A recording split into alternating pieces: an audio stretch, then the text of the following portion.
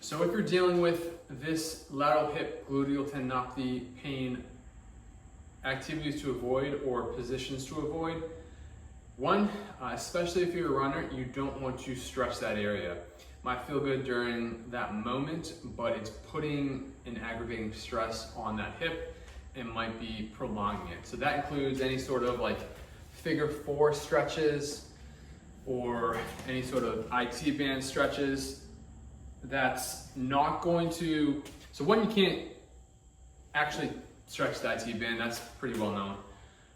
But also you don't need end ranges or excess flexibility or mobility for the sport of running. So not only are you not helping to heal that glute tendinopathy, you might be provoking it, and you're not moving towards the demands of the sport if you're a runner.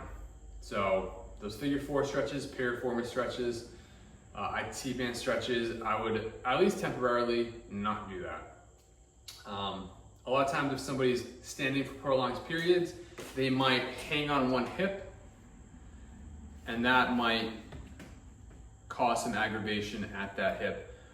So if you catch yourself doing that, or oftentimes a mother with a newborn might be hanging on one hip, holding their newborn, that is a position to avoid, because that's going to place that hip on a compressive, in a compressive position. And again, it may aggravate it even if you don't feel it in the moment.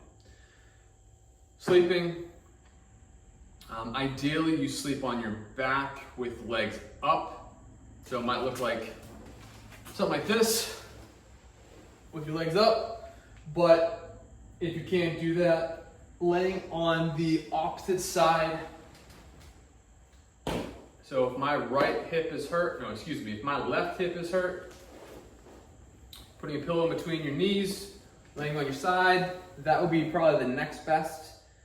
You don't want nothing there, because again, that puts that hip on a decline, stretching that hip to some extent, provoking it. The last position you'd want to be in is if your right hip is hurting, you probably don't want to lay on that right side, because you're laying directly on that hip, as well as putting it in a adducted stretched position slightly. It's a position of compression that's going to slowly aggravate that hip all night long. So you probably want to avoid that. Last position is crossing your legs. That might put that hip on compression, and it just might be another thing prolonging what you're dealing with. Avoid that if you can.